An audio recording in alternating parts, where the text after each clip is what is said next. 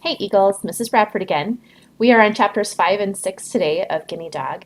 And yesterday we read about a little bit more about Fido, an interesting guinea dog who will sit for him and be quiet when he asks. And then we also met his friend who has a dog. His friend was telling him, his apparently sometimes can tell him some funny stories, and this time it was about a poisonous duck. And I'm wondering, what do you think? Do you think this duck really exists and can poison you with their wings? Or do you think this is another tall tale? Chapter 5. No way are those ducks poisonous. The ride was over. We were at the lake. Murph was pointing at some ducks swimming out on the greenish water. Those are mallards. They look like mallards, don't they? Murphy said, chuckling to himself. Then suddenly he and looked at me, his face completely serious. Trust me, pal, they're not mallards. How do you know? I know. I could prove it to you, but then we'd be late for school. I checked my watch. We're going to be late anyway. I squinted at him. He gave me his poker face. It was the moment of truth or lies. Show me, I said stupidly. There's one born every minute. This way, he said. He led me down a path, and all of a sudden a whole bunch of squawking crows flew up out of some reeds. I about had a heart attack, but Murph stayed real cool, like he knew it was going to happen, which he probably did somehow. He parted the reeds with his arms. Voila, he said. Observe one of the victims of Anus toxicus, a.k.a. the poisonous duck.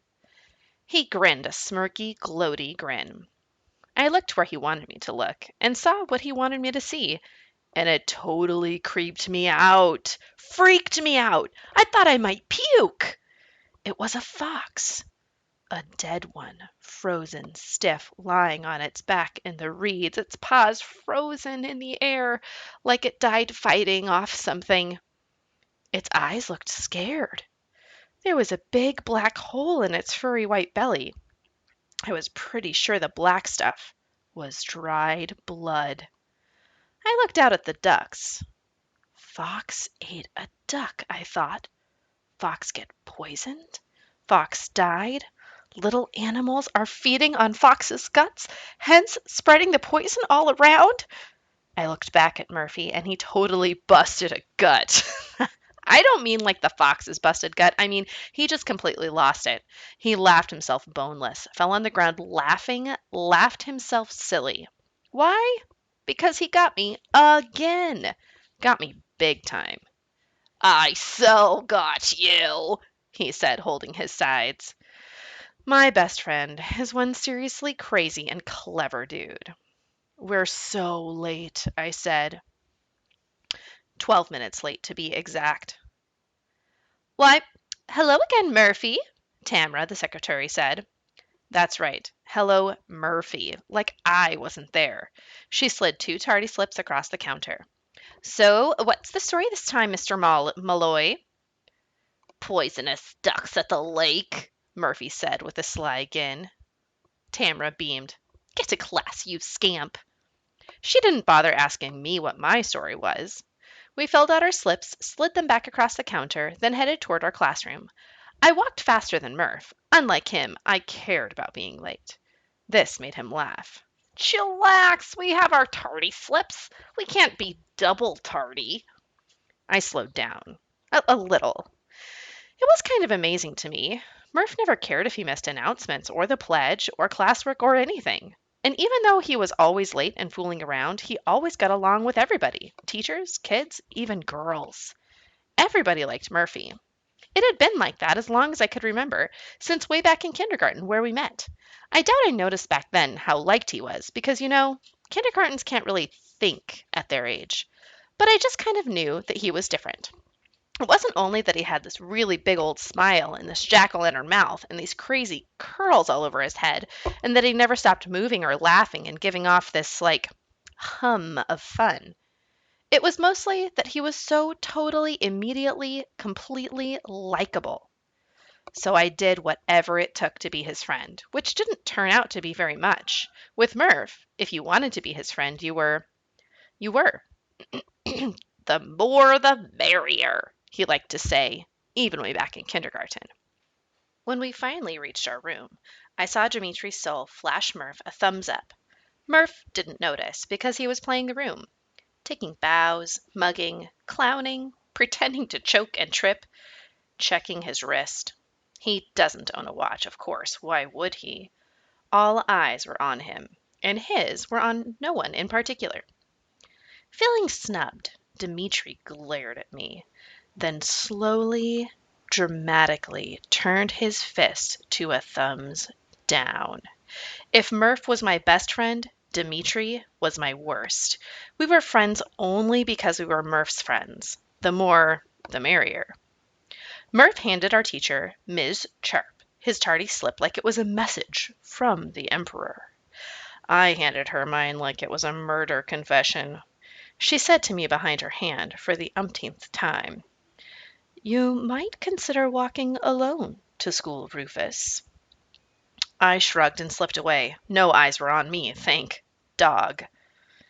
"That's right, poisonous ducks," Murph was saying, "at the lake, and I can prove it. Ask Rufus, he saw them."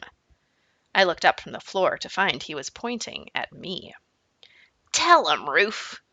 I was so disoriented I collided with Lorena Schreit's desk, then Linus Axelbrig's. Finally, I found my own and sat in it. Dimitri slapped my elbow. He sat next to me. Fabulous. "So, you saw these poisonous ducks, huh?" he said. He was leaning uncomfortably close to me, his sharp nose and sharp chin closing together like a lobster's claw. Okay, not really. We'd been working on similes and language arts, and sometimes I go a little too far, but he does have really pointy features. I looked back at Murph. He and his audience were already on to something else. No one was looking at me anymore. My moment of fame and glory had come and gone, and I'd spent it tripping over desks. "Did you see him or not?" Dimitri hissed and slapped my elbow again. I found his nagging and slapping irritating. Being late was irritating too. Being tricked by Murphy was irritating. Mom getting me a guinea pig instead of a dog was irritating. The guinea pig herself was irritating.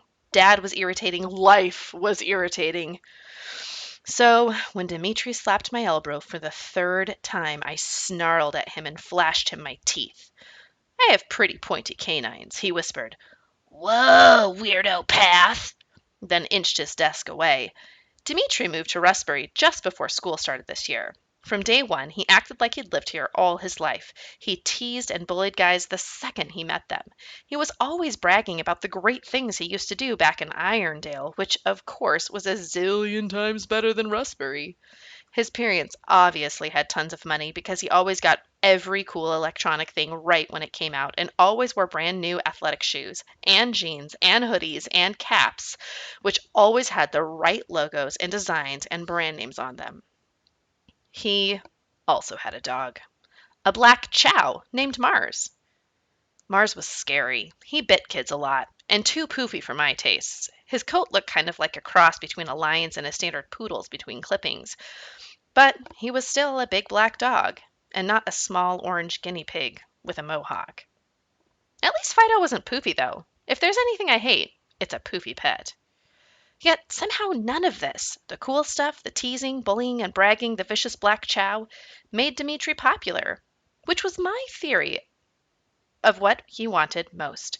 Popularity was the reason he stalked Murphy all the time.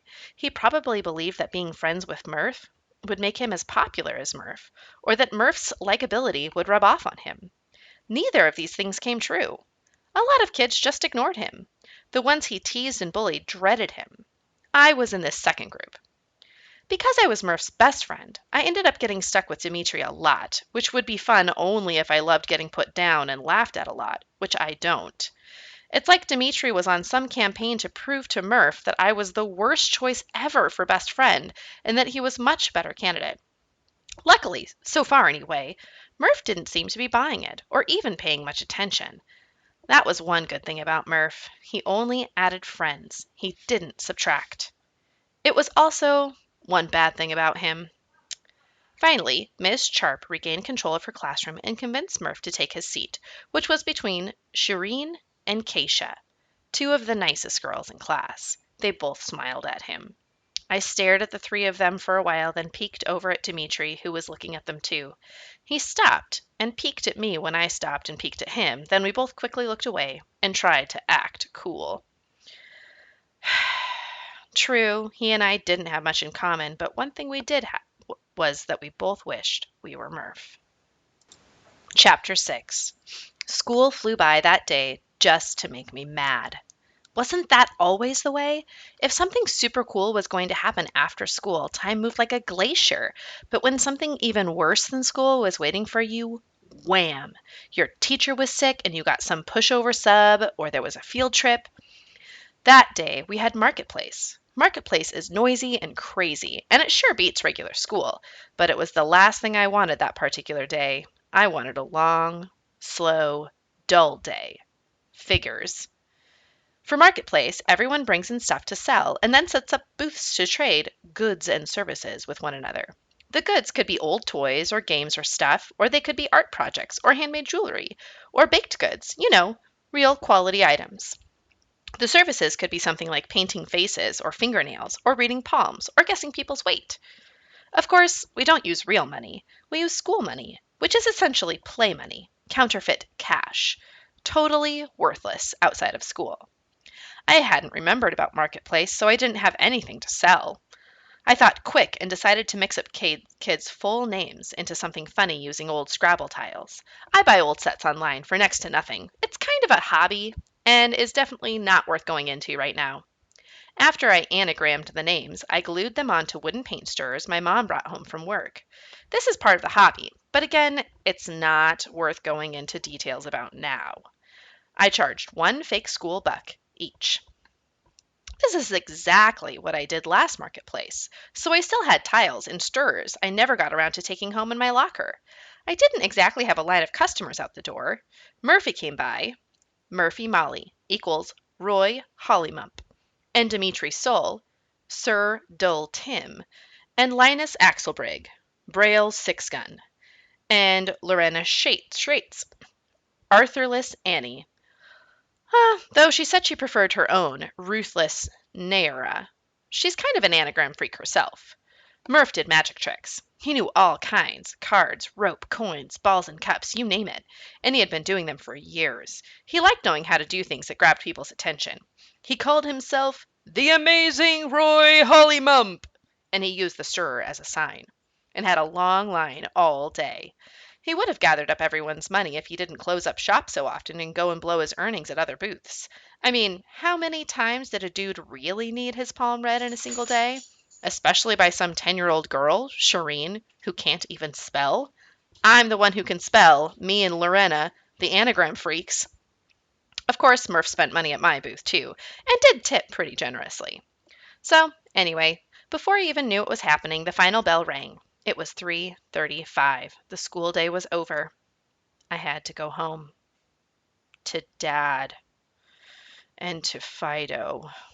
Wasn't there a little more long division we could do? I actually asked Ms. Sharp if she needed any help around the classroom after school and said that I'd be happy to stay and make up for being late. I suggested sweeping up stray phony money and other trash from Marketplace, or maybe clapping whiteboard erasers together. This guy just can't get enough of education, Miss Sharp, Murph laughed, grabbing me by the belt. I'll be sure to get him back bright and early tomorrow. On time would be nice, Mr. Malloy, Miss Sharp said as Murph dragged me out the door and into the hall. So, what did Shireen predict, I asked. Shireen? She read your palm? Oh, that. She said we'd be late for school every day this week. Why did you have to go back so many times to hear that? Because of the way she blushes when she holds my hand. He pretended to be in love. Ugh. Did you get your future told? He asked. No, but I did buy the sandwich bag filled with dog biscuits. You don't have a dog, Ruth. I squinted at him. Thanks for reminding me. They're for Buddy. Can I feed them to him, though? Sure. Let's go.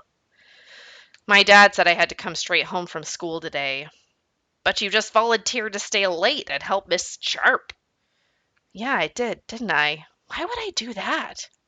I was biding time, trying to think of a way to get my big foot out of my mouth. I wanted to come clean. My mom bought me a guinea pig instead of a dog. Can you believe that? And I gotta go home and relieve my dad from taking care of her, but I don't really want to. In fact, I don't want to so bad that I volunteered to stay late at school.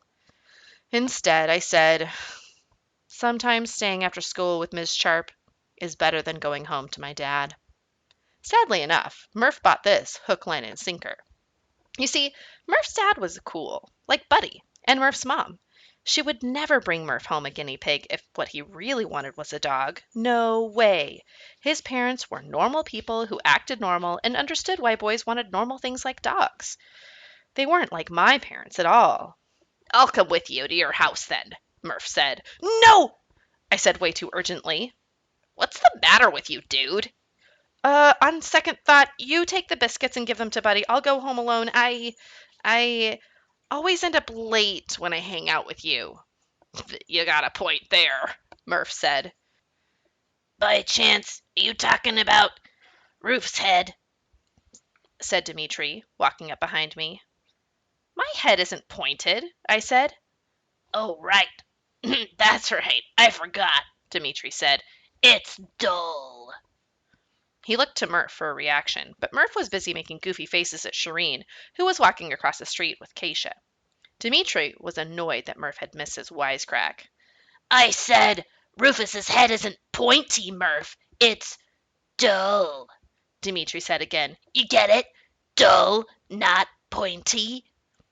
Murph walked away without noticing Dimitri had spoken to him. Dimitri sighed and hustled after him.